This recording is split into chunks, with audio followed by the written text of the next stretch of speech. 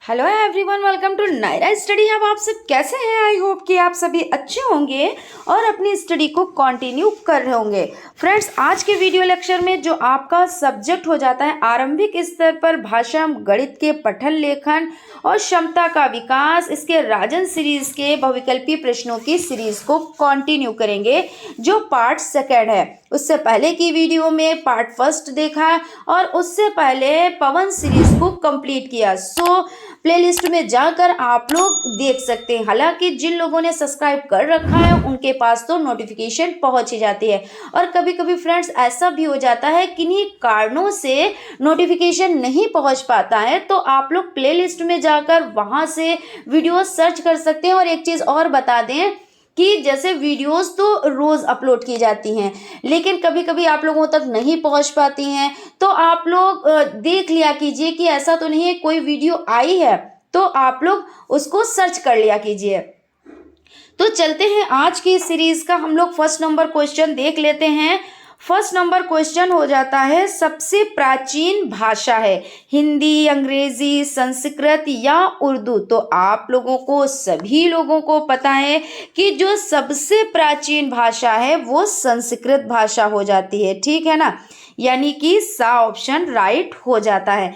निम्नलिखित में से शुद्ध वाक्य है, तुम मुझसे नाराज हो, या तुम हमसे नाराज हो, या तुम मुझ पे नाराज हो, या तुम मुझ पर नाराज हो। भाई किसी चीज पर कोई नाराज होगा तभी तो यही तो कहेंगे ना कि तुम मुझ पर नाराज हो, है ना।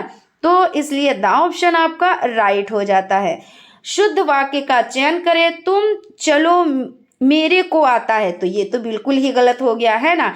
तुम चलो मैं आता हूं, और तुम चलो हम आते हैं, और तुम चलो मैं आया रहा हूं, तो ये भी गलत हो गया। अब इन दो में से आप देख लें सा और बा से, क्योंकि इस तरह भी आप क्वेश्चंस को सॉल्व कर सकते हैं कि जो आपको गलत लग रहा है पहले उनको काट दीजिए, और उसके बाद उसमें जिसमें दो में आपको लग रहा है कि ये भी सही हो सकता है, ये भी सही हो सकता है, तो उनमें अंतर को समझ लेते हैं, ठीक है ना। तो तुम चलो मैं आता हूं और तुम चलो हम आते हैं। अब एक है कोई, तो मैं आता हूं, बहुत सारे लोग हैं तो हम आते हैं, तो यहाँ पे तुम चलो मैं आता हूं, तो ये आपका राइट हो जाएगा, है ना। तो इसलिए आपका ऑप्शन राइट है। शुद्ध वाक्य का चयन करें, राजन की आदत बड़ा खराब है। अब ये तो आपका बिल्कुल ही गलत हो गया, क्योंकि बड़ा खराब नहीं होता है, राजन की आदत बड़ी खराब है। तो और इसको देख लेते हैं, राजन को आदत खराब है, ये भी नहीं हो सकता। राजन की आदत बड़ा खराब है, देखिए अपने आप ही में गलत लग रहे हैं, तो जो बा ऑप्शन है यही आपका राइट हो जाएगा, यानी राजन की आदत बड़ी खराब है। कृषि ग्रह पृथ्वी के पहले वर्ण में, यानी जो पहला वर्ण है उसकी बात हो रही है, ठीक है। पहले वर्ण में कौन सा स्वर मात्रा के रूप में लगा है? तो देखिए का में ये जो आपका ये ऋण से ऋषि वाला रा लगा हुआ है, गा में ऋण से ऋषि वाला रा लगा हुआ है, फिर पृथ्वी में पा, यानी पहले में पूछ रहे हैं, है ना। तो आपका ऋण ऋण यही आपका आंसर हो जाता है कि ऋण के रूप में लगा हुआ, यानी जो स्वर है मात्रा के रूप में लगा हुआ है, तो ऋण। आत्म उपसर्ग लगाने से बनेगा। उपसर्ग मतलब क्या होता है? आगे, और प्रत्यय क्या होता है? तो पीछे। तो उपसर्ग मतलब आत्म सम्मान, यानी आत्म आगे लगा है और सम्मान, फिर आत्म साक्षात्कार, यानी कि ये भी सही है, यानी कि आ और बा दोनों सही है, इसलिए सा ऑप्शन आपका राइट हो जाता है। भी है, तो भी क्या है? निपात है, क्रिया है, आ और बा दोनों हैं, विशेषण तो क्रिया तो नहीं है, विशेषण भी नहीं है, ये है निपात। निपात का मतलब क्या होता है? जैसे भी, केवल, क्या, तक, ना, काश, ये सब क्या होते हैं? ये निपात होते हैं, यानी इन पे जोर दिया जाता है कि तुम भी ना, काश, ऐसा हो जाता, यानी काश पे जोर दिया गया। अभी तक नहीं आए हो तुम, तो तक। क्या तुम ऐसा काम करोगे? देखिए मैंने जब बोला क्या, तो मतलब क्या हुआ? मैंने इस पे क्या पे जोर दिया, तो ये निपात हो जाते हैं। केवल तुम ही हो, केवल, तो मतलब मैंने कहा केवल तुम ही हो, तो ये सब क्या हो जाते हैं? निपात हो जाते हैं। विद्यालय में संधि है, विद्यालय में दीर्घ स्वर संधि, गुण स्वर संधि, वृद्ध स्वर संधि या कोई नहीं। तो विद्यालय का अगर संधि विच्छेद किया जाए तो विद्या प्लस आले हो जाता है। क्या हो जाता है? तो विद्या प्लस आले, ठीक है ना। और इसमें दीर्घ स्वर संधि होती है। पठन किस धातु से संबंधित है? पठ गम दोनों कोई नहीं, तो पठ धातु से, यानी कि आ ऑप्शन आपका राइट हो जाता है। क्रिया के आधार पर पठन कितने प्रकार का होता है? 1, 3, 4 या 2। तो इसमें 2 तरह का, यानी कि व्यापक और गहन हो जाता है। कौन कौन सा? तो व्यापक और हो जाता है गहन, ठीक है ना।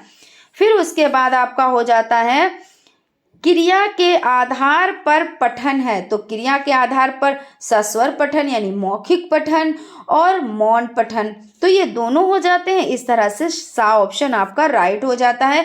किसका कथन है? पठन लेखन द्वारा उद्दिष्ट सुलिखित सुवर्णित प्रतीकों को किसी के अनुभव की विधि से उनको संबंधित करके सार्थकता देने की प्रक्रिया है। तो डिसेंट, फ्रॉबेल, गांधी जी, प्रेमचंद, तो डिसेंट हो जाता है, यानी कि ऑप्शन आपका राइट हो जाता है। क्वेश्चन है अंग्रेजी वर्णमाला में कितने अक्षर होते हैं? तो 25, 26, 52 या 54। तो आप सभी को पता है 26। और इसमें देखिए क्या होता है कि अंग्रेजी वर्णमाला में स्वर कितने होते हैं, वॉवेल्स कितने होते हैं, तो ये भी आपका क्वेश्चन है, तो इसी में बता देते हैं, ठीक है ना। तो अंग्रेजी वर्णमाला में कितने स्वर यानी वॉवेल्स होते हैं? तो 5 होते हैं। कौन कौन से होते हैं? जैसे आपका ए हो जाता है ना, ई हो जाता है, ए, ई, आई, ओ और यू, ये सब क्या हो जाते हैं? ये आपके स्वर यानी कि वॉवेल्स हो जाते हैं। और अंग्रेजी वर्णमाला में कितने व्यंजन यानी कॉन्सोनेंट्स होते हैं? तो 21 यानी 21 होते हैं। ये कौन कौन से होते हैं? तो बी, सी, डी, अब ई तो स्वर है, एफ, जी, एच, आई देखिए इसमें हो गया, जे, के, एल, एम, एन, ओ इसमें है, P, Q, R, S, T, U देखिए इसमें है, वी और डब्ल्यू, एक्स, वाई और जेड। 1, 2, 3, 4, 5, 6, 7, 8, 9, 10, 11, 12, 13, 14, 15, 16, 17, 18, 19, 20, 21 आपके हो गए ना। तो अब आप लोग ध्यान रखिएगा कि ये स्वर होते हैं ए, ई, आई, ओ, यू, और व्यंजन जो होते हैं ये बी से, ये इसमें जो जितने होते हैं इनको निकाल दें और ये आप लिख लें। तो यहाँ तक आपका हो जाता है। चलते हैं नेक्स्ट क्वेश्चन की तरफ। नेक्स्ट क्वेश्चन है अंग्रेजी वर्णमाला में स्वर हैं। देखिए वही चीज़ अभी जो जिस पे हम लोग डिस्कस कर चुके हैं।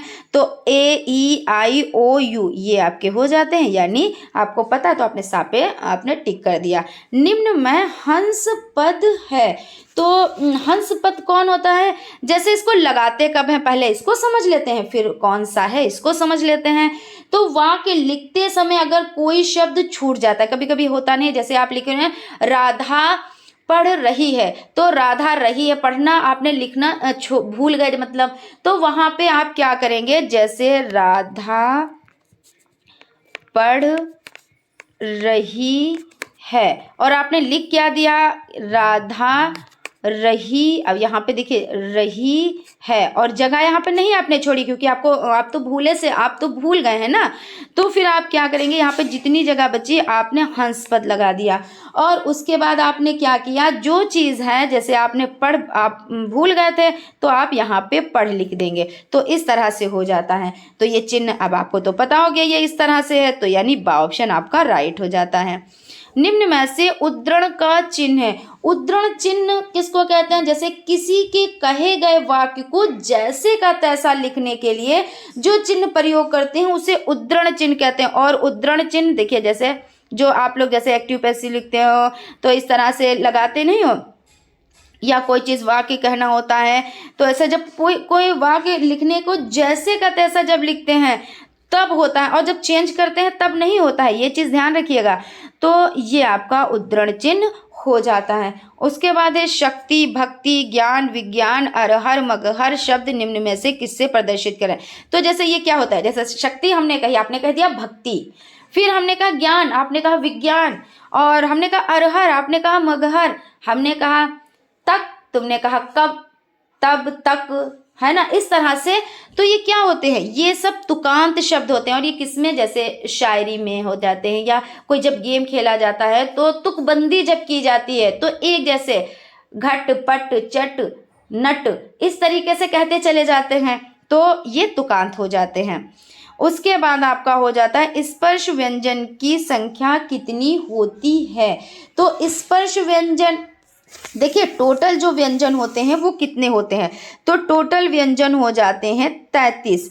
अब इसमें से आप कितने निकाल दें, 4 ऊष्म व्यंजन निकाल दें, माइनस कर दें 4 ऊष्म व्यंजन, और उसके बाद जितना आंसर आता है उसमें से माइनस कर दें आप 4 अंतस्थ व्यंजन, 4 अंतस्थ व्यंजन। तो टोटल कितने हुए, 8, और 8 33 में से माइनस कर दें तो आपके 25 हो जाते हैं। तो इस तरह से आप समझें कि 33 व्यंजनों में आपको ऊष्म और अंतस्थ निकालकर और जो बच्चे वो स्पर्श व्यंजन की संख्या हो जाती है। उसके बाद क्वेश्चन है निम्न में से स्पर्श व्यंजन हैं, तो स्पर्श व्यंजन कौन कौन से हैं देख लेते हैं। देखिए यहाँ पे आपका या, रा, ला, वा, ये क्या हो, ये अंतस्थ व्यंजन हो जाते हैं, है ना। ये 4 आपके अंतस्थ व्यंजन हो जाते हैं। फिर सा, पिछरी शा और हा, ये क्या, ये ऊष्म व्यंजन हो जाते हैं। और ऊष्म व्यंजन किनको कहते हैं, जिनको बोलने से मुख से गर्म वायु निकले तो उसको क्या कहते हैं, ऊष्म व्यंजन कहते हैं। अब देखिए का और खा, ये सब ये क्या हो जाते हैं, ये स्पर्श व्यंजन होते हैं। और का से मां तक कुल 25 स्पर्श व्यंजन होते हैं। तो इस तरह से ये का और खा हो जाता है। संयुक्त व्यंजनों की संख्या है, तो संयुक्त व्यंजनों की कितनी संख्या है, तो 4 हो जाती है। तो कौन कौन सी, जैसे क्षत्रिय वाला आपका छा हो जाता है, और त्रा हो जाता है, और ज्ञानी वाला ज्ञा हो जाता है, और श्रा हो जाता है। ये सब क्या है, ये संयुक्त मतलब जुड़े हुए हैं, 2 से जुड़े हुए हैं, है ना। यही तो है। अब इसमें देख लेते हैं जो क्षत्रिय वाला छा है ये किससे जुड़ा हुआ है, तो ये का और हलंत प्लस और पिछरी शा से जुड़ा हुआ है। और ये त्रा किससे जुड़ा हुआ है, तो ता और हलंत और प्लस रा से जुड़ा हुआ है। ज्ञा किससे जुड़ा हुआ है, तो जा और हलंत प्लस इया से जुड़ा हुआ है, ये ज्ञा हो जाता है। और श्रा किससे जुड़ा हुआ है, तो श्रा आपका शरीफे वाला शा और प्लस रा से जुड़ा हुआ है। ये आप लोगों के लिए मोस्ट मोस्ट मोस्ट मैं जितनी बार कहूँ उतना कम है, ये इम्पोर्टेंट है आप लोगों के लिए, ठीक है ना। अब देख लेते हैं क्वेश्चन आपका हो जाता है संयुक्त व्यंजन है, वही चीज जो अभी हम लोग डिस्कस कर रहे थे। तो अब ऐसे ही आप टिक कर सकते हो संयुक्त व्यंजन, क्षत्रिय वाला छात्रा, त्रिशूल वाला त्रा और श्रा, तो ये आपके संयुक्त हो जाते हैं। इसमें एक कम है ना, जैसे 4 होते हैं तो एक नहीं है। संयुक्त व्यंजन श्रा किससे बना है, तो श्रा शरीफे वाला शा और रा से बना है। तो आप पहले इस तरह के क्वेश्चंस अपने आप से सॉल्व करें और उसके बाद मिलाएं कि ये किस ऑप्शन में है। तो देखिए आ ऑप्शन में है ना शा, शरीफे वाला शा प्लस रा, तो ये आपका हो गया। उसके बाद आपका क्वेश्चन है हिंदी वर्णमाला में आयोग वह है। आयोग वह कौन होते हैं, ये डाढ़ा या अंग आह या क्षत्रिय वाला शा और श्रा और का। तो आपको पता है कि अंग और आह यानी कि बा ऑप्शन राइट है। दीर्घुण व्यंजन है तो आपके दीर्घुण व्यंजन ये हो जाते हैं, ठीक है। उसके बाद है निम्नलिखित में से कौन घोष वर्ण है, तो घोष वर्ण, अब इसको पहले समझ लेते हैं फिर आंसर की तरफ चलते हैं। जिन वर्णों के उच्चारण में केवल नाद का उपयोग होता है वो घोष वर्ण कहलाते हैं। किसका, नाद का उपयोग होता है।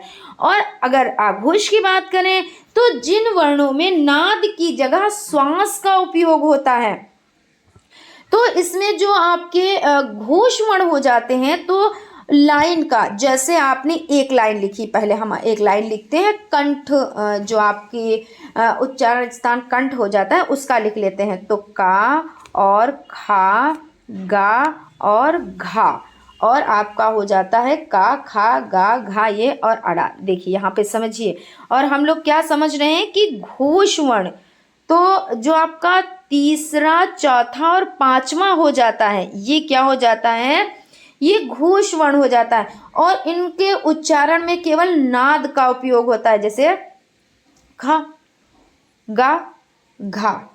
अब देखें आघोष वर्ण, तो जिन वर्णों की जगह क्या है, नाद की जगह श्वास का उपयोग होता है, उन्हें क्या कहते हैं, उन्हें आघोष कहते हैं। तो इस तरह से आप समझ गए होंगे कि इसमें कौन सा है, निम्न में से कौन सा घोष वर्ण है। तो यहाँ पे हमने का वाली लाइन लिखी, तो खा यहाँ पे है ना, खा, गा, घा, अड़ा।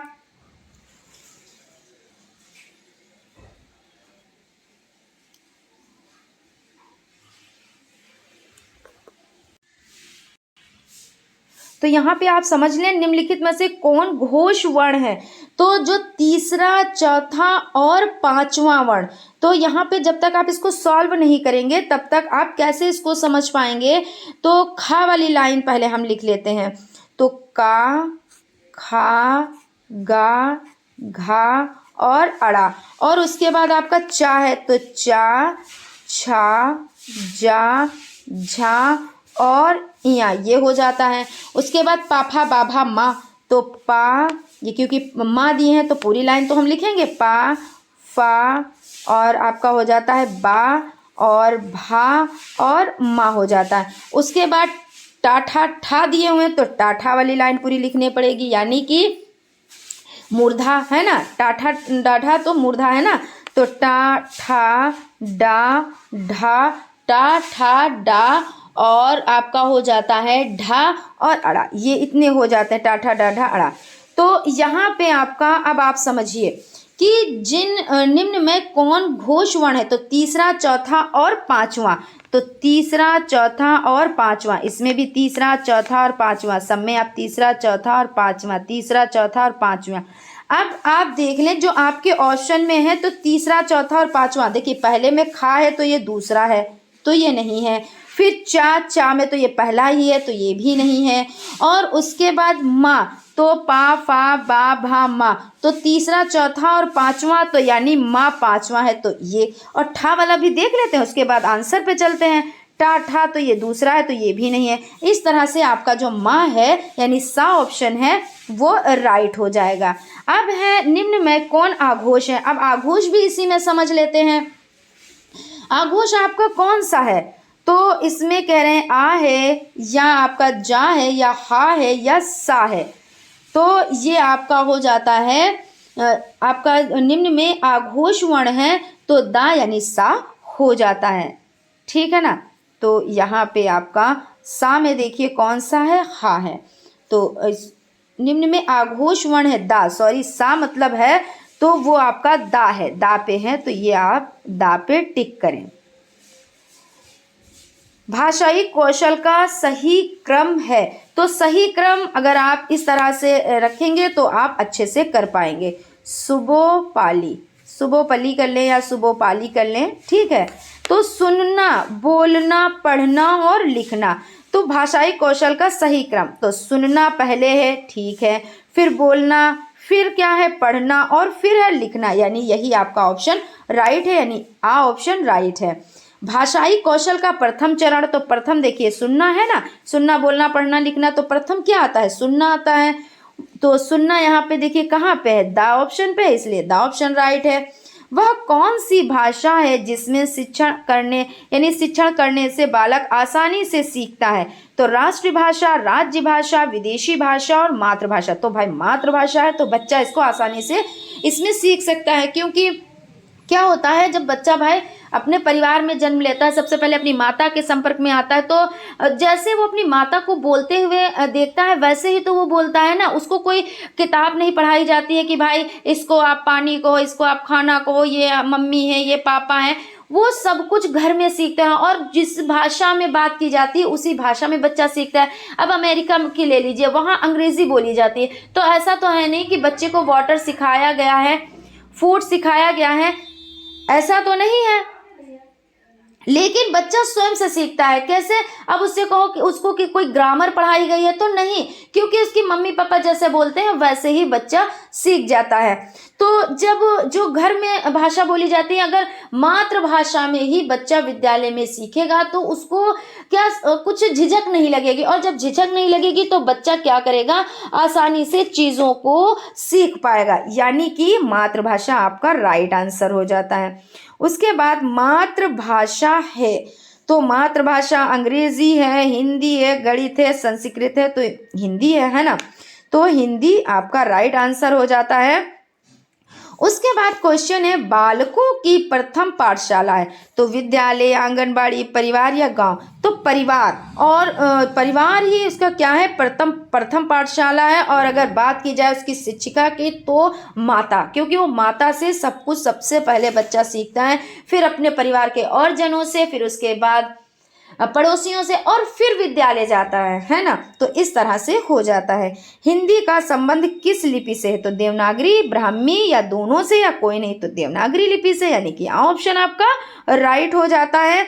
हिंदी शिक्षक जब शिक्षण कार्य करता है तो उसे कराना चाहिए सस्वर वाचन, मौन वाचन, आ तथा बा दोनों और कोई नहीं, हालांकि दोनों कराने चाहिए, तो इसलिए इसमें सा ऑप्शन राइट है। लेकिन मौन वाचन तीसरी कक्षा से कराना चाहिए, पहले से अगर आप मौन वाचन कराने लगेंगे तो बच्चा सही गलत हमको क्या पता कि बच्चा कैसे पढ़ा। भाई मौन वाचन का क्या मतलब होता है कि मन ही मन में चीज़ों को पढ़ना, तो जब हमको उस चीज़ के बारे में फुल नॉलेज होगी तभी तो हम मौन वाचन कर पाएंगे।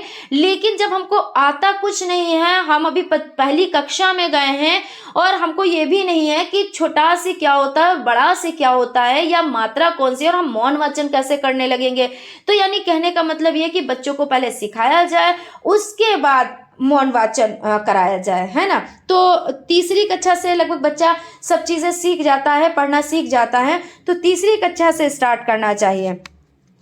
पद शिक्षण में आवश्यक है सस्वर वाचन, मौन वाचन, तो जो पद शिक्षण है उसमें सस्वर वाचन, क्योंकि जब तेज तेज से पढ़ेंगे तो चीज़ों को समझेंगे। भाई कोई चीज़ नहीं समझ में आ रही है तो जब वो हम सुनेंगे, जैसे कोई अध्यापक है तो जब वो सुनेगा तभी तो वो बताएगा कि ये चीज़ आप गलत बोल रहे हो, इसको आप इस ढंग से सही कर लो, है ना। या आप अपने तरीके से उसको बताएंगे कि ये ऐसे नहीं, ऐसे से ऐसे। जब मौन वाचन बच्चा कर रहा होगा तो क्या हमको पता कि बच्चे ने क्या पढ़ा है और क्या नहीं पढ़ा है, सही पढ़ा है या गलत पढ़ा है। तो इस तरह से चीज़ें हो जाती हैं।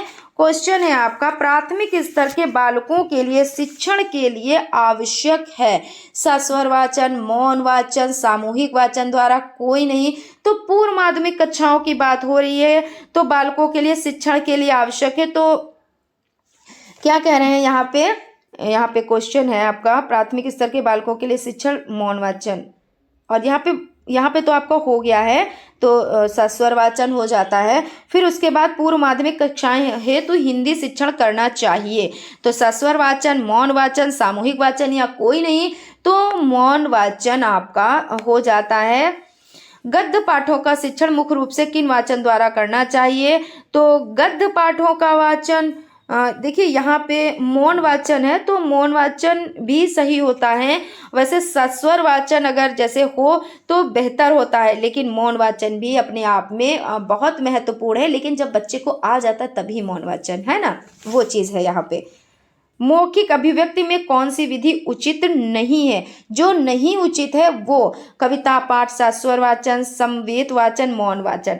तो मौखिक अभिव्यक्ति में कौन सी, जब भाई हम मुंह से बोल रहे हैं, आपको चीज़ें बता रहे हैं, तो अगर हम मौन रहेंगे तो आपको कैसे बता पाएंगे। तो क्या कह रहे हैं, कौन सी विधि उचित नहीं है मौखिक अभिव्यक्ति में, तो मौन वाचन, है ना, यही नहीं उचित है भाई। फिर उसके बाद है मौखिक आत्म प्रकाशन का आधार नहीं है कहानी, कथोपकथन, मौन वाचन, चित्रमाला, तो मौखिक आत्म प्रकाशन का आधार नहीं है, तो मौन वाचन नहीं है। क्योंकि वही वाली बात कि मौखिक, तो मौखिक मतलब बोलकर, और मौन वाचन करेंगे तो बोलेंगे कैसे, है ना। हिंदी किस लिपि से संबंधित है, तो देवनागरी लिपि से, तो आप ऐसे ही आपका हो गया, है ना। वर्णों के समूह को क्या कहते हैं? वर्णमाला कहते हैं। तो ये ऐसे ही आपका हो गया। हिंदी वर्णमाला में मूल रूप से कितने वर्ण होते हैं? तो मूल रूप की यहाँ पे बात हो रही है, ठीक है ना। तो यहाँ पे 43, 52, 56, 62, तो 52 यहाँ पे हो गए।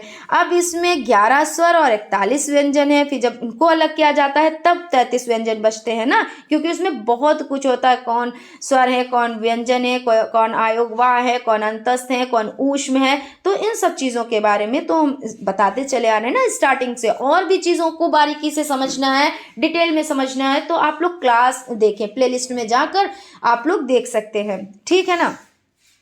उसके बाद क्वेश्चन है, स्पर्श व्यंजन नहीं है। स्पर्श व्यंजन पा, का, चा या। तो आपका या यानी द ऑप्शन राइट हो जाता है। पा वर्ग का उच्चारण स्थान है। तो पा वर्ग का उच्चारण देखिए, जब आप बोलिए यहाँ पे कंठ, मूर्धा, तालु, तो जो आंसर है आपका सीरीज के अकॉर्डिंग तो वो बा ऑप्शन है यानी मूर्धा। लेकिन पा, फा, बा, भा आप बोले तो क्या होती है? ओठे आपस में टकरा रही हैं, यानी पा, फा, बा, भा, मा, यानी ओष्ठ हुआ ये मूर्धा नहीं हुआ। और मूर्धा कौन है? मूर्धा है टा, ठा, डा, ढा, ये मूर्धा है। और कंठ कौन है?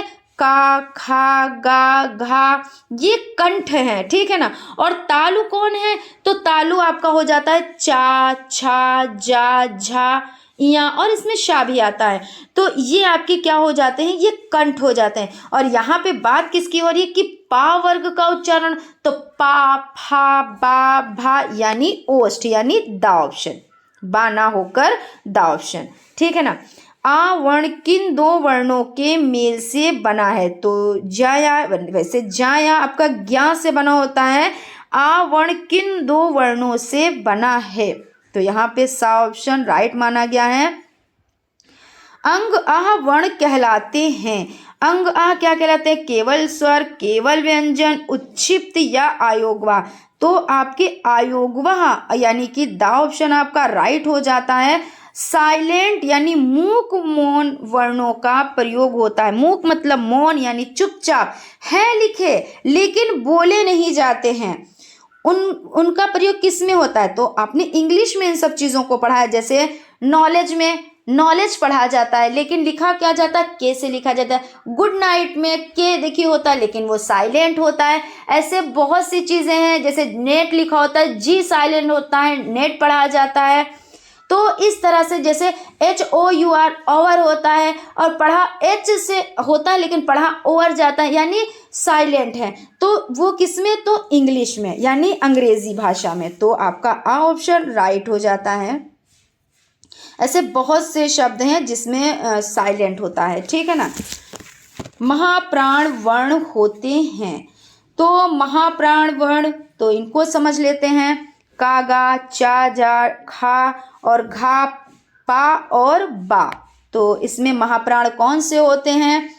अल्प प्राण में जैसे देखिए, इसको पहले हम समझते हैं कि जो अल्प प्राण है, अल्प प्राण में कम वायु प्रवाह के साथ बोला जाता है। और जो महाप्राण है इनकी संख्या कितनी होती है? 15 होती है। और महाप्राण क्या होता है? महाप्राण व्यंजन वो होते हैं जिन्हें मुख से वायु प्रवाह के साथ बोला जाता है, ठीक है। तो वायु प्रवाह के साथ जब बोला जाता है तो इसमें खा, घा, तो ये आपका हो जाता है यानी कि सा ऑप्शन आपका राइट हो जाता है। संज्ञा शब्द होते हैं विकारी, अविकारी, यौगिक, योग, रूढ़। तो इसमें आपका ये संज्ञा जो हो जाते हैं तो वो विकारी होते हैं। विकारी मतलब क्या होता है? विकारी मतलब होता है परिवर्तन, परिवर्तन, ठीक है ना। विकारी मतलब परिवर्तन। अब जैसे संज्ञा है, यहाँ पे संज्ञा दिए हुए हैं। और जैसे आपका हो जाता है सर्वनाम, क्या हो जाता है? सर्वनाम आ जाए अगर, या आपका क्रिया आ जाए, क्रिया आ जाए, या आपका विशेषण आ जाए, ठीक है ना, विशेषण आ जाए, तो ये सब क्या है? ये विकारी हैं।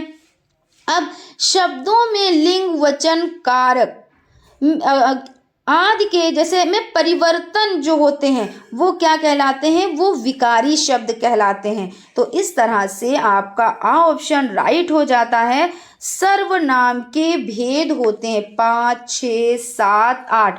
तो सर्वनाम के जो भेद होते हैं वो होते हैं 6, यानी कि बा ऑप्शन आपका राइट हो जाता है। वाच्य कितने प्रकार के होते हैं? 3, 4, 5, 6। तो वाच्य 3 प्रकार के होते हैं, कौन कौन से? तो साधारण, देखिए यहाँ पे धा है, साधारण, और हो जाता है संयुक्त, संयुक्त, और हो जाता है सरल। ठीक है ना। तो इस तरह से 3 प्रकार के हो जाते हैं। निम्नलिखित में से कौन उद्धरण विराम चिन्ह है? तो उद्धरण आपका ये हो जाता है, यानी सा ऑप्शन आपका राइट हो जाता है।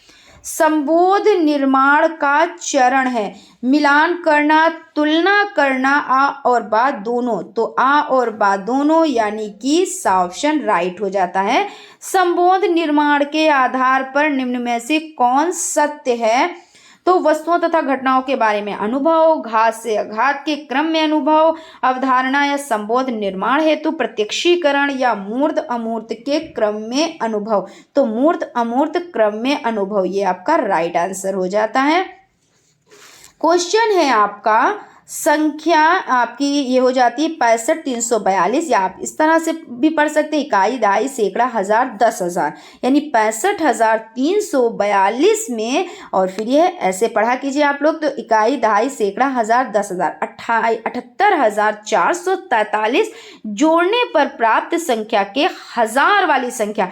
आपसे पूछ क्या रहे हैं कि जब आप इसको जोड़ेंगे फिर हजार वाली संख्या आपको बतानी है।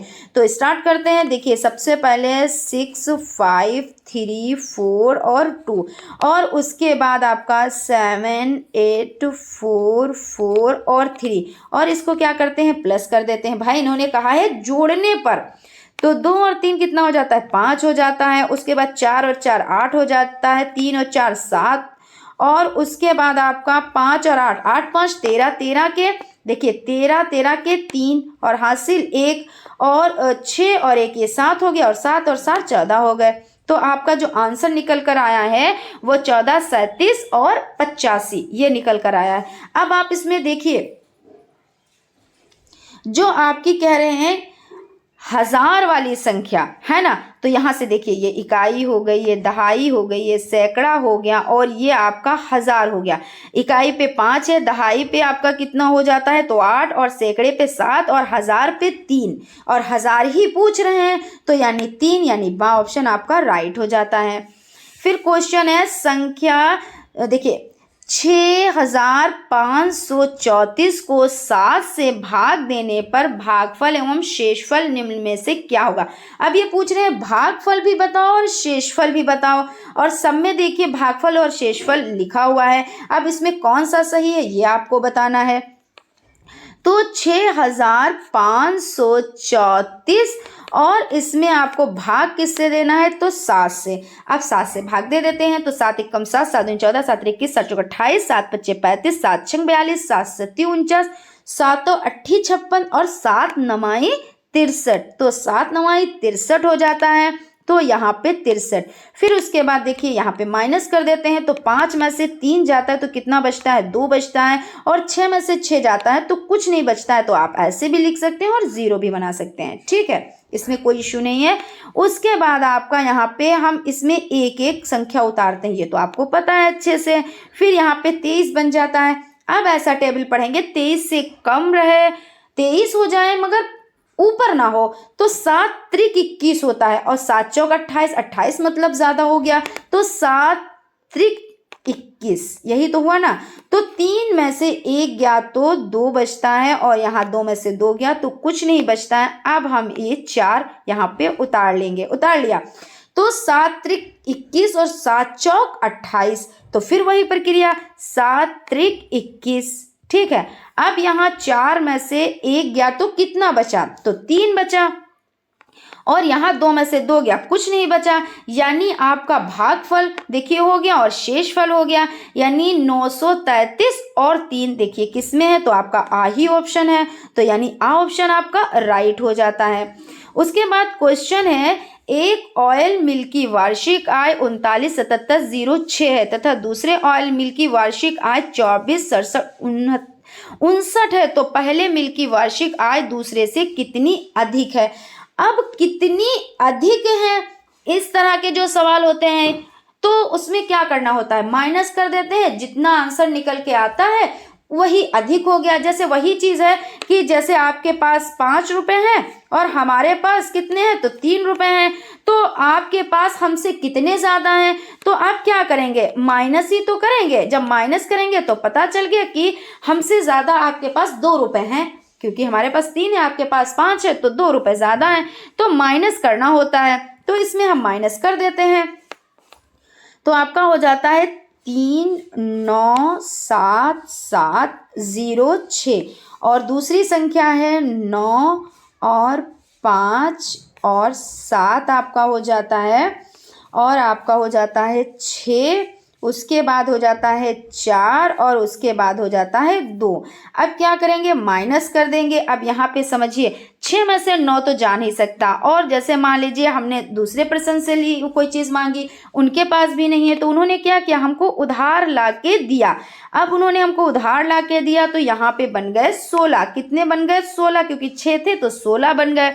अब 16 में से 9 जाता है तो कितना बचता है, तो भाई 7 बचता है, तो यहाँ पे 7 लिख दिया। अब इन्होंने इनको 1 रुपया दे दिया था, तो यहाँ पे इनके 10 बने थे, तो 10 में से इनके 9 ही तो बनेंगे, क्योंकि इन्होंने इनको दे दिया था पहले से। तो 9 में से 5 गया तो कितना बचा, तो 4 बचा। अब देखिए भाई इन्होंने इनको दिया था, तो इसलिए यहाँ पे कितने बचे थे, तो 6 बचे थे। अब 6 में से 7 तो जा नहीं सकते। अब इनकी भी वही कंडीशन हो गई कि इनको भी उधार लेना पड़ेगा, है ना भाई। अब ये दूसरे अपने फ्रेंड से उधार लेंगे, तो यहाँ पे कितना बन जाएगा, तो यहाँ पे 16 बन जाएगा। अब 16 में से जब 7 जाएगा तो देखिए 16 में से 7 गया तो कितना बचा, तो 9 बच गया। और उसके बाद यहाँ पे इन्होंने क्या किया था, तो इन्होंने इनको दिया था, तो यहाँ पे 7 है तो 6 बचे। अब 6 में से 6 जाएगा तो 0 बचेगा, क्योंकि जितने थे उतने आपने दे दिए तो 0 बचा। और उसके बाद 9 में से 4 जाता है तो कितना बचता है, तो 5 बचता है। और 3 में से 2 गया तो कितना बचता है, 1 बचता है। तो इस तरह से आपका जो आंसर निकल कर आया है वो 150947। अब आप देख लें इसमें ऐसा कहीं पे कोई ऑप्शन है, तो 150037 है, ये भी ये गलत हो जाता है। 151037 है तो ये भी गलत हो जाता है। 152037 है, ये भी गलत हो जाता है। 151047 है, ये भी गलत हो जाता है। लेकिन जो आपका आंसर निकल कर आया है ये राइट आया है। उसके बाद क्वेश्चन हो जाता है आपका छत्रंज्ञा व्यंजन है, लुंठित, ऊष्म, संयुक्त, उत्क्षिप्त। तो ये आपके संयुक्त हैं, जैसे क्षत्रिय वाला, छात्रा वाला, त्रिशूल, ज्ञा से ज्ञानी और श्रा, ये सब क्या है, ये संयुक्त हैं, इसलिए आपका सा ऑप्शन राइट हो जाता है। जिन शब्दों में काम का होना या करना प्रकट होता है उन्हें क्या कहते हैं, भाई काम किया जा रहा है यानी क्रिया की जा रही है, तो संज्ञा। संज्ञा तो उसे कहते हैं, संज्ञा किसी व्यक्ति, वस्तु, स्थान या भाव के नाम को संज्ञा कहते हैं, है ना। और सर्वनाम किसे कहते हैं, जहाँ जो संज्ञा के नाम पे बोला जाता है, जैसे उसकी जगह पे बोला जाए, मैं, तुम, हम, वे, इस तरह से हो जाता है। विशेषण मतलब विशेषता बताता है, जैसे काला घोड़ा तो काला, सुंदर लड़की सुंदरता, तो ये विशेषता हो जाती है। लेकिन क्रिया जो जिन शब्दों में काम का होना या प्रकट करना होता है तो वो क्रिया कहलाती है। तो इस तरह से क्रिया यानी कि सा ऑप्शन आपका राइट हो जाता है।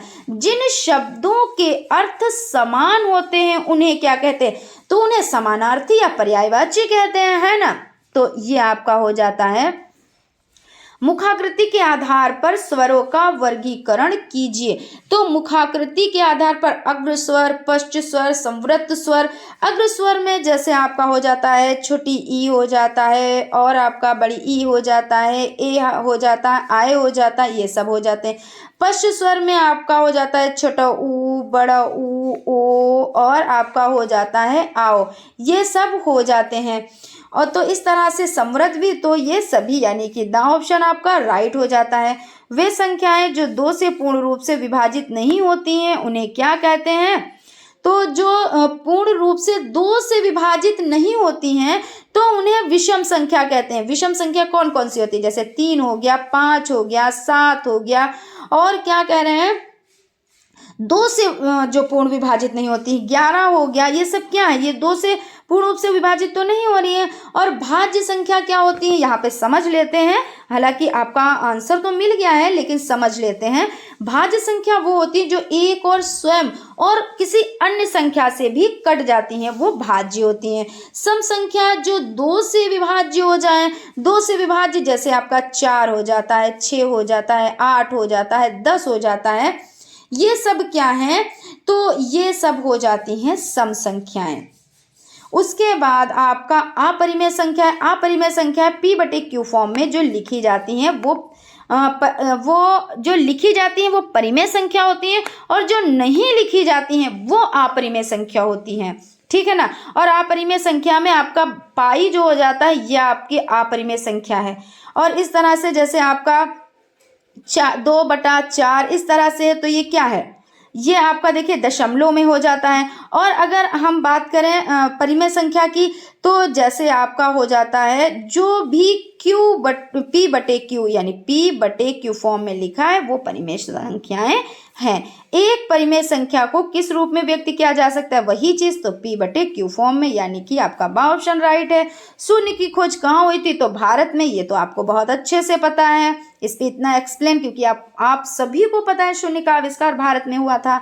990 में 9 का स्थानीय मान, तो 10 और 100 और दोनों या कोई नहीं, तो देखिए 990, तो इसका मान क्या है, तो 10 ही तो है, क्योंकि भाई देखिए हमने क्या किया, एक संख्या और 0 तो यानी 10, और इसमें क्या है, एक संख्या और 2 0 यानी 100, तो ये दोनों आपका आंसर आपका राइट हो जाता है, यानी सा ऑप्शन राइट है। आंचल में है दूध और आंखों में पानी, ये कथन किसका है, तो ये मैथिली शरण गुप्त का है, या हो जाता है सुमित्रा नंदन पंत, या जयशंकर प्रसाद, या सुभद्रा कुमारी चौहान। तो मैथिली शरण गुप्त इसका राइट आंसर हो जाता है।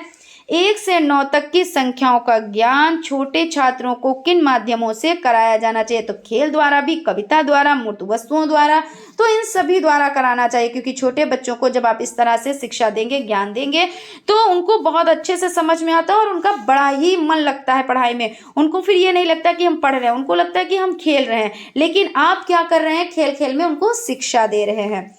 सबसे छोटी समअभाज्य, अब सबसे छोटी समअभाज्य संख्या मतलब देखिए इसके दो हैं मतलब गुण, सम भी है और अभाज्य भी है।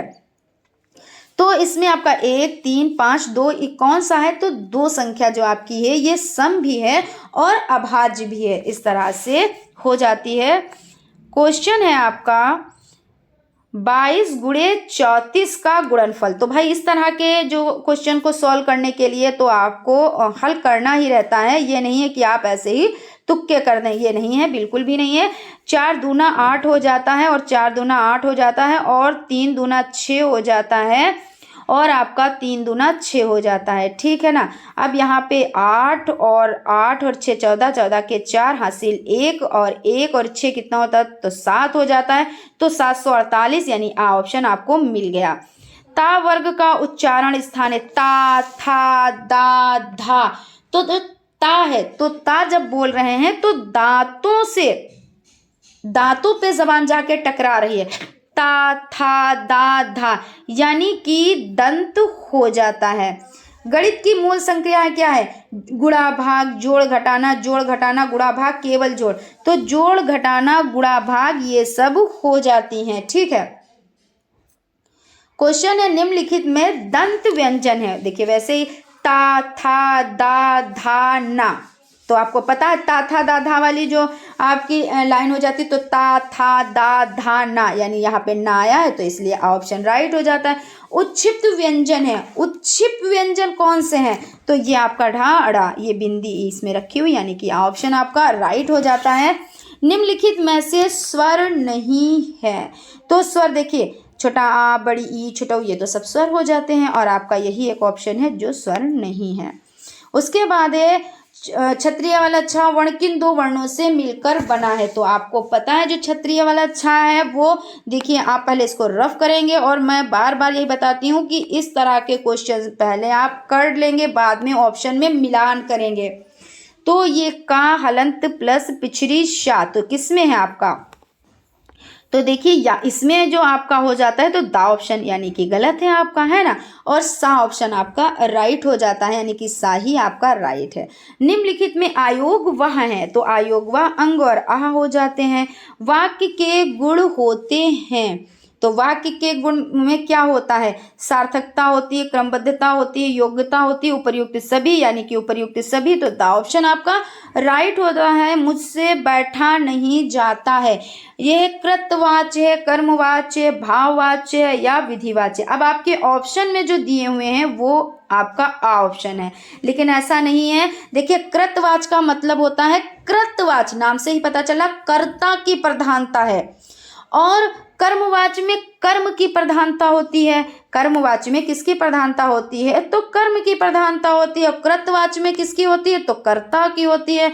और यहाँ पे कहा क्या गया कि मुझसे बैठा नहीं गया, यहाँ पे क्या है, तो भाव की प्रधानता है, क्योंकि भाई मुझसे बैठा नहीं जा रहा है या मुझसे बैठा नहीं जाता, तो इसमें भाव है ना, तो भाव की प्रधानता है। किसकी प्रधानता है, तो भाव की प्रधानता है। तो इस तरह से आपका जो सा ऑप्शन है वो राइट हो जाता है, यानी कि भाववाच्य का, ना कि कृतवाच्य का। और कृतवाच्य यानी कर्ता, ठीक है ना, जहाँ पे कर्ता की प्रधानता हो वो कृतवाच्य। उसके बाद है श्वास के आधार पर व्यंजनों का वर्गीकरण होता है, तो सघोष एवं अघोष, अनुस्वार एवं अनुनासिक, स्पर्श एवं ऊष्म, अल्प प्राण एवं महाप्राण। तो अल्प प्राण एवं महाप्राण, अल्प प्राण में जैसे का हो जाता है, गा हो जाता है, और महाप्राण में जैसे खा हो जाता है, घा हो जाता है, और भी हो जाते हैं, ठीक है ना। उसके बाद आपका क्वेश्चन है भाषा का भेद है, लिखित, मौखिक और बात दोनों, और इनमें से कोई नहीं। तो इसमें आपका हो जाता है, जो आंसर आपका है वो भाषा का भेद है तो मौखिक, है ना। तो इस तरह से आपका राइट आंसर हो जाता है। जो भाषा भाई आप जब कर रहे हो तो मौखिक पहले है, और उसके बाद वैसे तो लिखित और मौखिक दोनों होती हैं, है ना। भाषा का भेद है, तो जो भेद है वो किस में आ जाता है, देखिए आपकी सीरीज के अकॉर्डिंग क्या दिए हुए हैं कि भाषा का भेद है तो मौखिक, लेकिन यहाँ पे समझ लेते हैं। जैसे मौखिक भाषा, भाषा का वो रूप है जिसके द्वारा हम बोलकर अपने मन के विचारों को दूसरों के सामने प्रकट करते हैं, और लिखित भाषा क्या है, भाषा का वो रूप है जिसके द्वारा हम अपने मन के विचारों को लिखकर दूसरों के सामने प्रकट करते हैं। तो इस तरह से तो आपका सा ऑप्शन राइट होना चाहिए, है ना। तो आई होप आप लोगों को सेशन अच्छा लगा होगा। अगर सेशन अच्छा लगा है तो प्लीज़ एक लाइक ज़रूर करें, और अगर अभी तक आप लोगों ने चैनल को सब्सक्राइब नहीं किया है तो प्लीज़ सब्सक्राइब कर लें, और बेल आइकन को भी ज़रूर प्रेस कर लें, जिससे कोई भी नोटिफिकेशन हो वो आप तक पहुंच सके। तो फ्रेंड्स आज के सेशन में इतना ही। अभी आप लोगों की एक सीरीज़ और इससे रिलेटेड आएगी। देखिए ये यहाँ पे आपके हो जाते हैं, लेकिन वीडियो थोड़ा लेंदी हो रहा था तो इसलिए हमने यहीं पे रोक दिया है, ठीक है ना। तो नेक्स्ट आपका जो क्लास होगा, यानी नेक्स्ट जो आपके पास वीडियो आएगी वो आपकी भी बहुविकल्पी टाइप क्वेश्चंस की सीरीज ही आएगी। सो फ्रेंड्स अगर अभी तक आप लोगों ने चैनल को सब्सक्राइब नहीं किया है तो प्लीज़ सब्सक्राइब कर लें, और बेल आइकन को भी ज़रूर प्रेस कर लें, जिससे कोई भी नोटिफिकेशन हो वो आप तक पहुँच सके। Thank you.